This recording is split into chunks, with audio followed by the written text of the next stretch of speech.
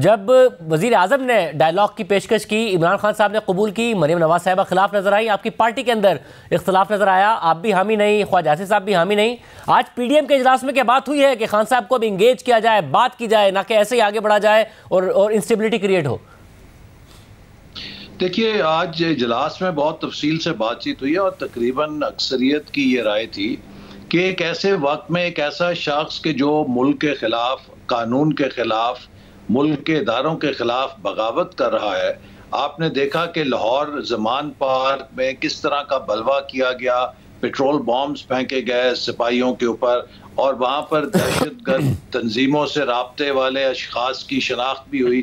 फिर इसी तरह इस्लामाबाद में जो अदालत के बाद मंजर देखने को मिले कि किस तरीके से वहाँ पर जत्थों ने आकर पुलिस के ऊपर तशद्दुद किया, उसके ऊपर पत्थर फेंके, हालांकि पुलिस निहत्ती थी, और किस तरीके से कानून का भी धज्जियां बखेरी गई कि मौसूफ शहनशाह मुअज़्ज़म अदालत में पेश नहीं हो सके, अदालत उनके पास गाड़ी में चलकर आई।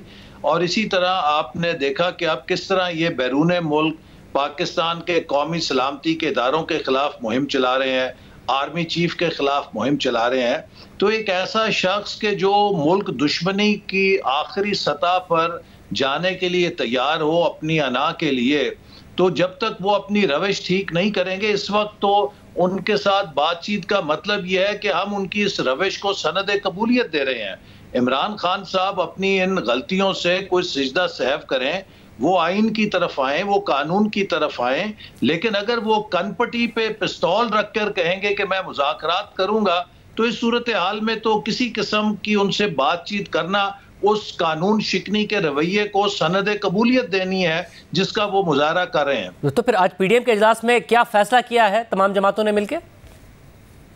देखिए, तमाम जमातों ने इस बात की तौसीक की है कि जो लाहौर के अंदर और इस्लामाबाद के अंदर पीटीआई ने कानून के साथ कानून शिकनी की है और जिस तरह का उन्होंने जत्थों की सूरत में बगावत का अलम बुलंद किया है, इसके खिलाफ शफाफ अंदाज में तहकीकात होनी चाहिए और रियासत की रिट जो है उससे बहाल होना चाहिए। अगर हमने इसी तरह रियासत को सरेंडर किया तो फिर तो किसी भी इंतहा पसंद ग्रुप के लिए खुला चेक है कि वो इस्लामाबाद और लाहौर में आके जो मर्जी करे और आप उसे कुछ नहीं रोक सकेंगे। इस वक्त मुझे अफसोस से कहना पड़ता है कि इमरान खान साहब अपनी जमात को, पीटीआई को एग्जैक्टली हिटलर की प्ले बुक के ऊपर नाज़ी पार्टी की शक्ल में, जिस तरह वहां पर जत्थों के जरिए मुखालफिन पर हमले किए जाते थे, जत्थों के जरिए वहां पर कानून नाफिज करने वाले इदारों को सिरनगू किया जाता था, तो इमरान खान साहब तो बिल्कुल उसी रवश के ऊपर है जो हिटलर की नाज़ी पार्टी। मगर ऐसे बात साहब, इस वक्त मसला यह है कि हुकूमत अपनी रिट तो इस्टेब्लिश कर सकती है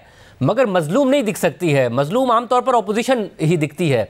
आपने एक ऐसा सिनेरियो क्रिएट कर दिया है, ना आपसे रिट इस्टेब्लिश हो पा रही है। खान साहब इस बात में कामयाब हुए कि वो गाड़ी में बैठकर ही दस्तखत करे और फिर उन्होंने कहा कि शुक्र है कि जज साहब को अकल आ गई, और ना सिर्फ वो इसमें कामयाब हुए बल्कि फर्द जुर्म भी नहीं आयद हुई। और 30 तारीख को जाकर अब तो जो मेंटेनेबिलिटी है इस पर आर्गूमेंट हो रहा होगा। तो खान साहब मजलूमियत में भी साबित हो रहे हैं और आप रिट भी नहीं इस्टेब्लिश कर पा रहे हैं, तो आप फेल हो रहे हैं ना। तो बेहतर आप इंगेज कर लें। आप तो कहीं पे भी कामयाब नहीं हो रहे, ना इदारे कहीं कामयाब हो रहे हैं। काज़िब, मजलूम हमेशा कमजोर होता है। मजलूम वो होता है कि जो अदालत के रहमो करम पे होता है। मजलूम वो होता है कि जो अगर सुबह 9 बजे अदालत में पेशी पे ना पहुंचे तो उसकी जमानत कैंसिल हो जाती है या उसका मुकदमा खारिज हो जाता है।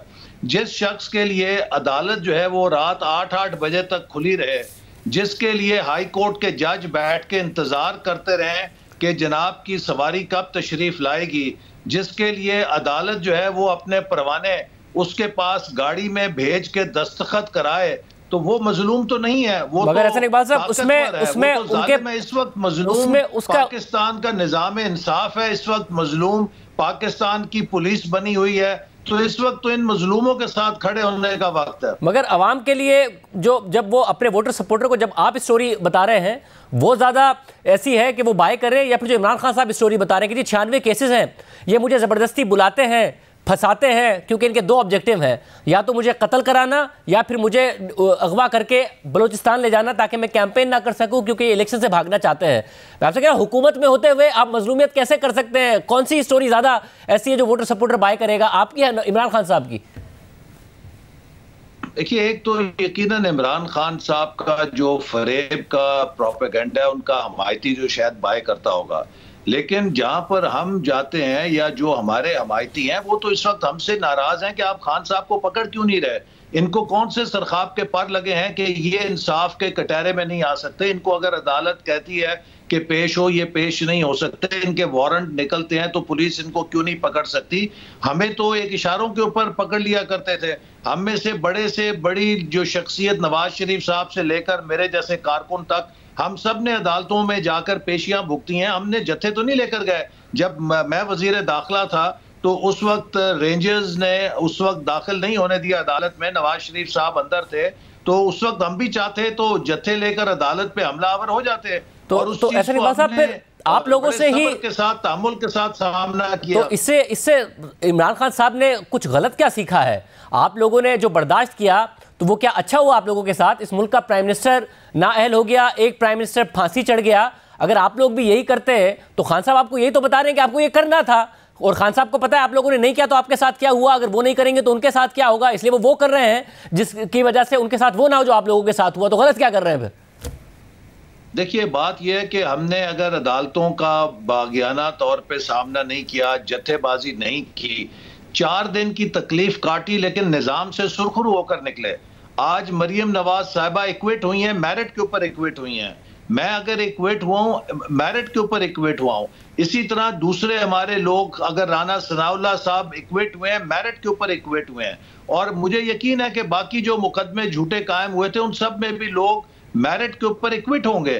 तो लेकिन हमने इदारों का भरम रखा है, और यहां पर जरा उल्टी गंगा बह रही है कि एक शख्स इदारों का भरम क्या, उसके परखचे उड़ा रहा है, और इदारों की मेहरबानी भी उस पर डुली जा रही है। ये चीज हमारी समझ से बालातर तो ऐसे नहीं बात साहब, लेकिन अब अदालतें, ज़ाहिर है आपके टाइम पर अदालतें आपको रिलीफ नहीं दे रही थी, इमरान खान साहब को दे रही हैं। आप कह रहे हैं कि जी आप सुरखरू हुए, 2018 का इलेक्शन गया ना आपका, खान साहब नहीं हारना चाहते अपना 2023 का इलेक्शन जो कि बिल्कुल करीब आ रहा है, तो वो क्यों उस डगर पर चले जिस पर आप चले थे और अपना इलेक्शन गंवाएं? देखिए, अगर खान साहब कानून शिकनी के रास्ते पर चलेंगे तो इस रियासत को कानून शिकनों से निपटने का तरीका भी आता है। और खास तौर पे जो लोग दहशत गर्दी करते हैं, तो दहशत गर्दी का सामना करने के लिए तो रियासत में अब काफी तजुर्बा आ चुका है। खान साहब अगर इस दहशत गर्दी की रवश पे चलेंगे, इंतहा पसंदी की रवश पे चलेंगे, तो वो अपना ही नुकसान करेंगे, किसी का नुकसान नहीं करेंगे। और मैं समझता हूं कि उन्होंने, मैं उनका बड़ा शुक्रगुजार हूं कि उन्होंने जो कुछ लाहौर में किया, जो कुछ इस्लामाबाद में किया, उन्होंने अपने बहुत सारे समझदार हमायतियों को भी और जो गैर जानिबदार लोग थे उनको बता दिया कि उनकी सियासत दरअसल नाटजी पार्टी के मॉडल पर है, किस किस्म की फस्तायत वो लेकर आना चाहते हैं। और अगर कोई शख्स इन हथकंडों के साथ खुदा ना खास्ता कल को हुक्मरानी में आता है, तो वो किस तरह से पाकिस्तानी रियासत और इदारों की ईंट से ईंट बजाएगा। तो इमरान खान साहब ने किसी का नुकसान नहीं किया, उन्होंने अपना ही नुकसान किया उस तर्ज अमल से जो इख्तियार कर चुके हैं। ऐसे बात साहब, अगर आप इतना कॉन्फिडेंट होते कि जी ऐसा किया, तो आज आप पीडीएम के इजलास के बाद इलामिया ये होता ना कि हम इलेक्शन में सामना इमरान खान साहब का करने को तैयार हैं। अगर आपको लगता है कि इस सब का इमरान खान साहब को नुकसान हो रहा है, ये सारे विजुअल उनके खिलाफ जा रहे हैं, आप लोग तो अभी भी लग रहा है कि पीडीएम इलेक्शन नहीं चाहती है कि इलेक्शन हो। देखिए शाहजेब, हम इलेक्शन से कोई सियासतदान फरार नहीं कर सकता, लेकिन जैसे मैं पहले भी आपको कह चुका हूं कि सुप्रीम कोर्ट ने जो उजलत में फैसला किया है, हमने एक फेडरेशन चलानी है। आज भी जो सिंध से और बलूचिस्तान से और खैबर पख्तूनख्वा से ताल्लुक रखने वाली क़यादत है, उसने कहा कि हम पंजाब को डिक्टेशन नहीं दे सकते कि वो कौमी असेंबली के इंतखाबात का फैसला करे।